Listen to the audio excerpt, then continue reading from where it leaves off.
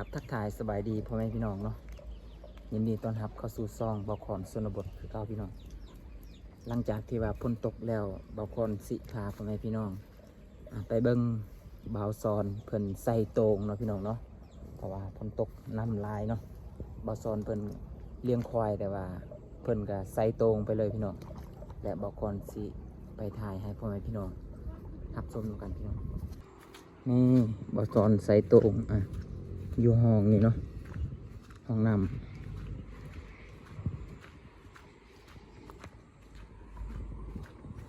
ำลายนี่พี่น้อง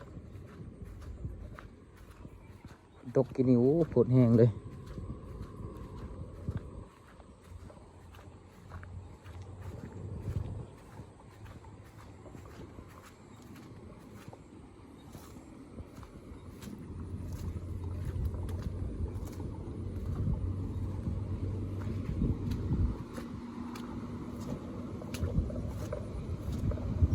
นี่พี่น้องอยู่ห้องนี้แหละเป็นบอซอนตัดใหม่เมื่อกี้นี่โอ้เป็นจังได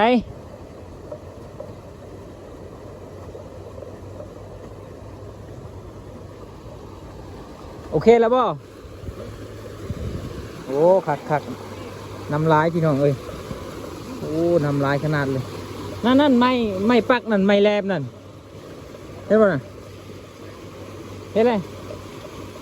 คักอยู่เลยพุ่นไม่แลมพุ่นปักน่ะ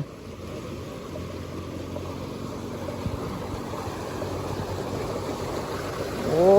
น้ำทรงสีแดงกับสีเหลืองถึงอยู่บ่ถึงแล้วถึงแล้วโอ้ถึงแล้วพี่น้องเบิ่งพุ่นโอ้4-5 โตแล้วได้นี่เลยอ้าวใส่ด้วนๆจังเลยน้ำหยุดเลยปักกันเลยปักยูลุ่มนะยูลุ่มยังไม่ปักซ้ำปักแล้วบ่ยูลุ่มน่ะนั่นเนี่ยคือปื้งอยู่แคบบางนั้นน่ะเอาคักๆเลยปลาอ้อทั้งนั้นแหละทั้งแคบมันแหละปลาอ้อ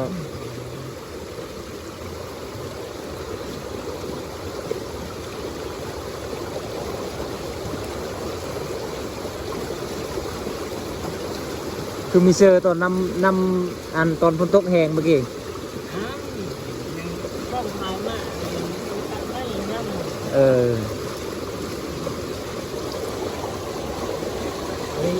มา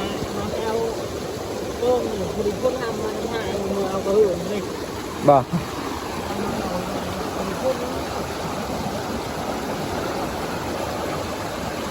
ปลาไหลได้ยินน้องนี่เลยมันเนาะมันแล้วเนาะยังไปก้อนไปเลยชุดก้อนน้ำแห้งชุดก้อนโอ้ขัดพี่น้องยังยีตัดไม่บ่เอา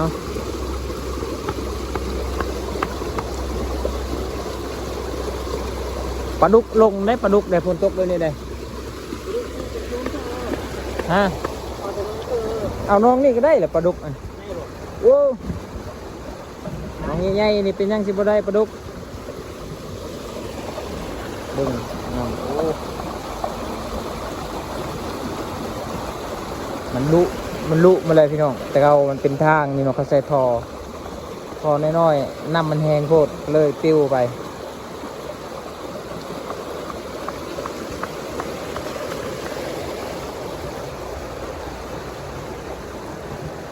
น้องนี่ก็ป้านโบยูแล้วเนาะกว่าน้ำมันลายเอาแยงใส่กับปิวไปพี่น้อง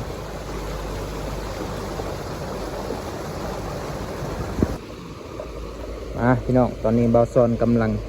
ใส่โตงอยู่เนาะเลี้ยงควายไปนำหากินไปนำน้ำลายหรือฝนตกหนู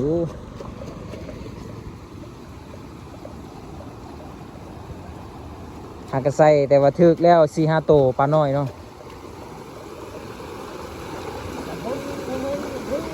เออท่ออีกอย่างบัดหนึ่งนี่ถือว่าโอเคเลยแหละ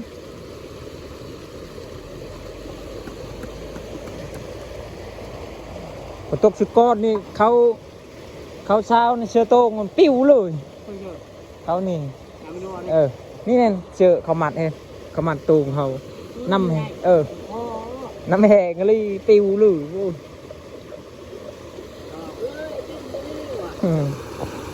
เบิ่งดูเธอปลาใหญ่เข้าแล้วได้น่ะ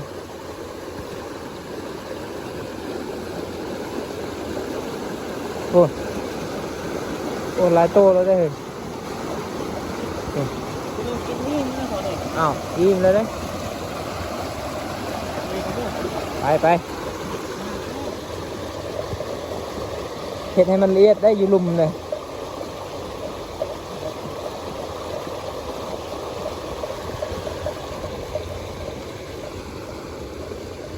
พอดีงามอลินนำจำนี้เนาะ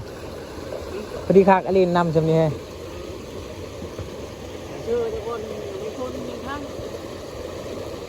จอเอาไม้ต่ออัดให้นี่กับอัดเมืองนั่นแล้วไอ้น้ำมันจำนี้แล้วมีแห้งแล้วฮะเอานี่เลยก็ได้ไอ้เพื่อให้ไอ้ปักให้นี่ชื่อมีอยู่นี่กะเพิ่นยังไปตัดไม้ต่อพี่น้อง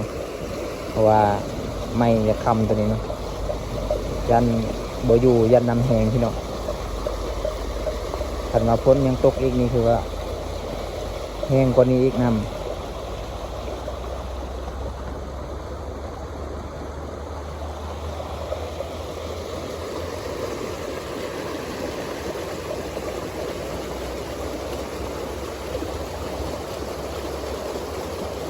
บนนี่แหละมันเป็นวังลึกพี่น้องเอ้ย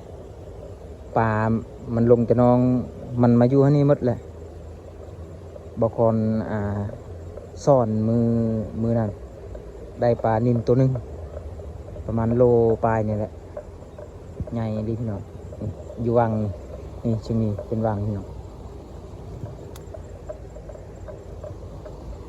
ไหลลงมาแต่น้อง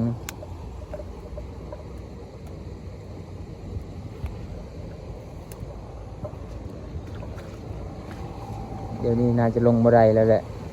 ถ้าลงก็ซึกถ้าลงมาก็ถึกโตงบอซ้อนเลยพี่น้อง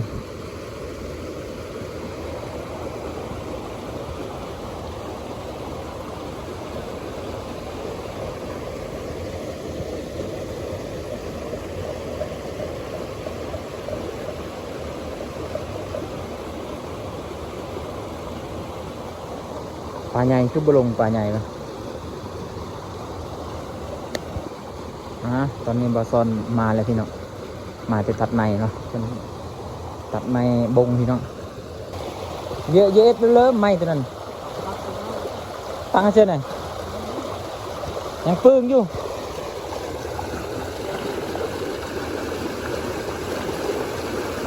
ยามเบิ่งอยู่โอ้ปลาข้อบ่โอ้ปลาข้อบ่น่ะโอ้ลายแล้วเด้โอ้ลายแล้วพี่น้องได้แล้ว10 ตัวเนาะโอ้ไวเลยน่ะโอ้ลายแล้วโอ้ไวเนาะมันถึกเนาะไวมันถึกเนาะปลานี้แหละโอ้ยเสื้อกระเป๋าตัวนั้นเนี่ยเสื้อธงตัวนั้นเลยโอ้ยได้แล้วอาหารได้แล้วปลาทิเบ็ดเชื่อน้องโอ้ถึกลายตัวแล้วเลยเฮ็ดไปเอาสิยับออกให้ปลามันถึกขอแจวแล้วได้พี่น้องเลยใส่มากินนี่ก็ถึกแล้วขันปะไว้โดนๆนี่บางเถื่อลายอยู่ฟ้าเฮ็ดจักหน่อยน้ำมันชิยุดนี่ตอนน้ำยังลายนี่ปลาใหญ่ยังไม่ลงโอ้ยน้ำสำนีบางเถื่อมันไม่ลงเนาะบางเถื่อน้ำลายมันยังลงบางเถื่อ น้ำยังไม้บ่ฝนตกอีกบางเธอก็เงียบๆคนมันลงเห็นอันนี้เฮาอยู่เขานี่มันมีลงเนาะมันก็โอ้มาเอ้ยบ่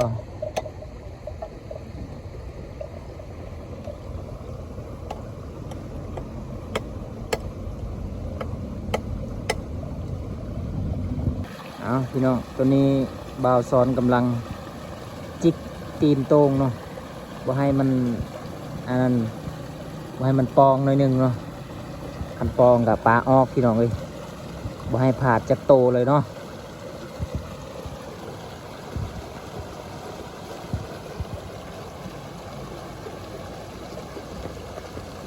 นำกันเริ่มคอยแล้วพี่น้องเพราะว่าพ้นหยุดตกแล้วเนาะแมลงนี่น่าจะตกอีกแหละตกนี่ก็เสร็จแท้ๆป่าก็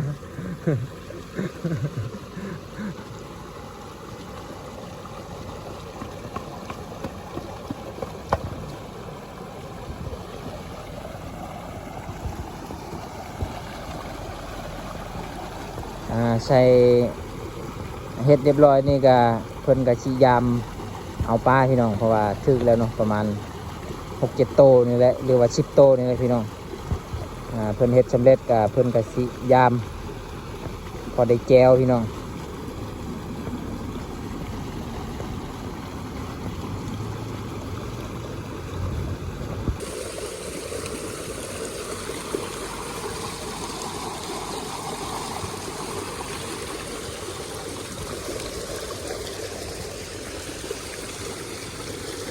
คันนี้แหละ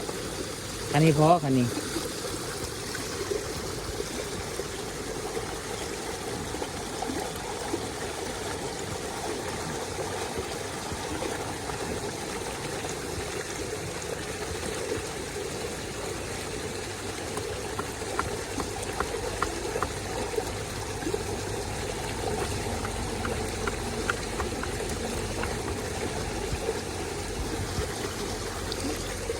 ฮอนนี่บ่ฮอนนี่ฮอน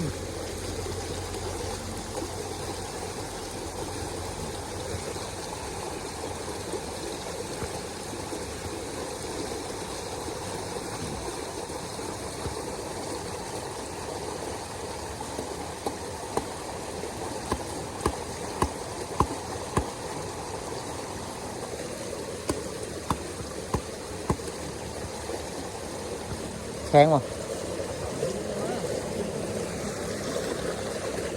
เห็นแล้วบางเธอ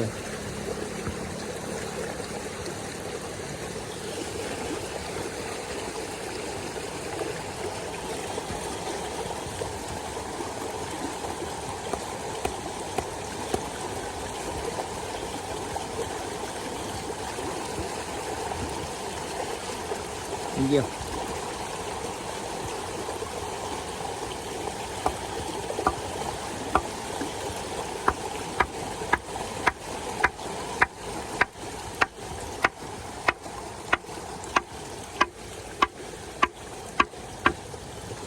บัดนี้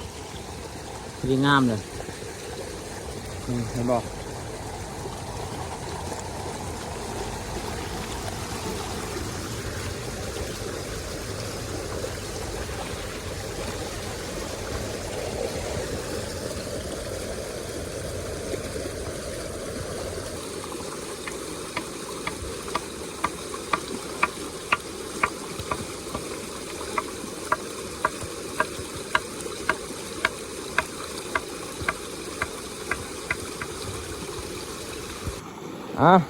เห็ดเรียบร้อยแล้วบัดนี้ย่ามแล้วบัดนี้เจ้าของเพิ่นย่ามแล้วพี่น้องย่ามแล้วพี่น้องเบิ่งป่าหากระไซนี่ก็ถึกหลายแล้วถึกหลายตัวแล้ว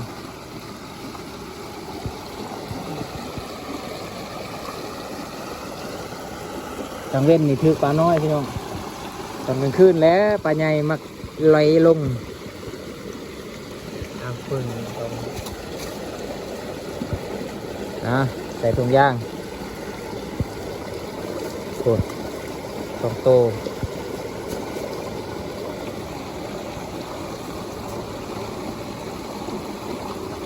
อได้แจวแล้วพี่น้องเลย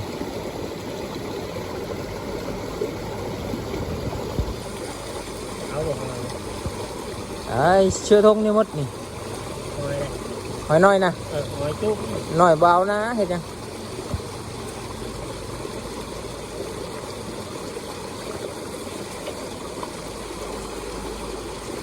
หากจะใส่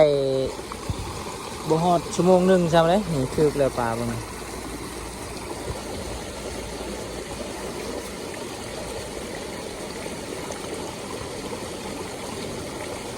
ปลาน้อย ปลาปาก ปลาพุก ปลาพุกบ่แม่นปลาตัวใหญ่เลย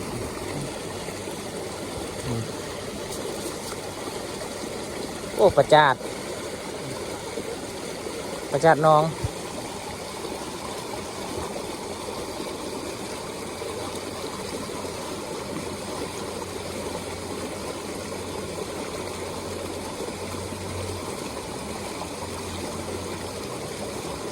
ดูน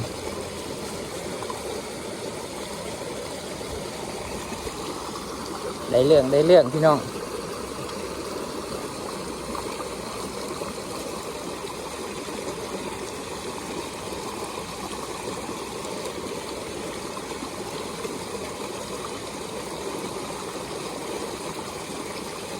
ยังบ่ หอยน้อย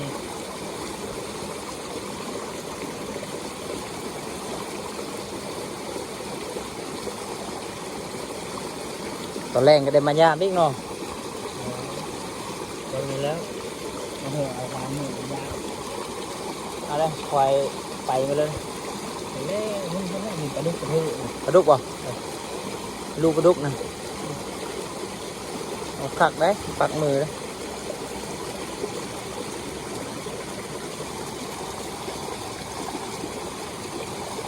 อยู่ห้องนี้เนาะ เสือทงเลยจับโฮมเลยนะยิกเลยก็ได้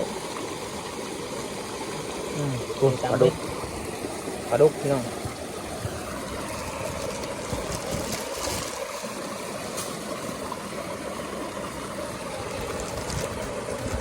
ลายอยู่ชมกับหากระไซนั่นแหละนี่เบิ้งมีปลาใหญ่นี่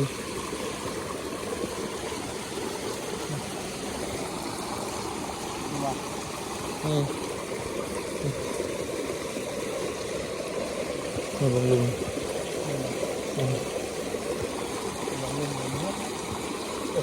ปลาดุกย่า เป็นหญ้าปะโอ้ยังได้พี่โอ้หลายทีเดียวโอ้ยังนี่ยังทองคำโตคุณ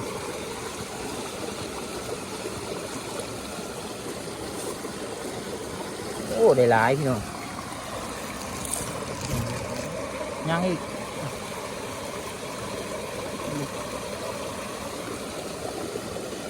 ปลาคือปลากินง่าย นี่แมนมันแล้วบัดนี้นี่ยัง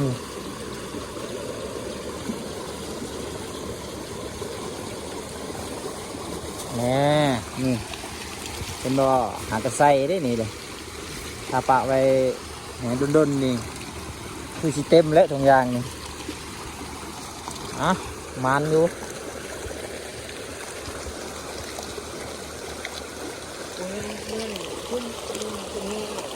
โอ้ย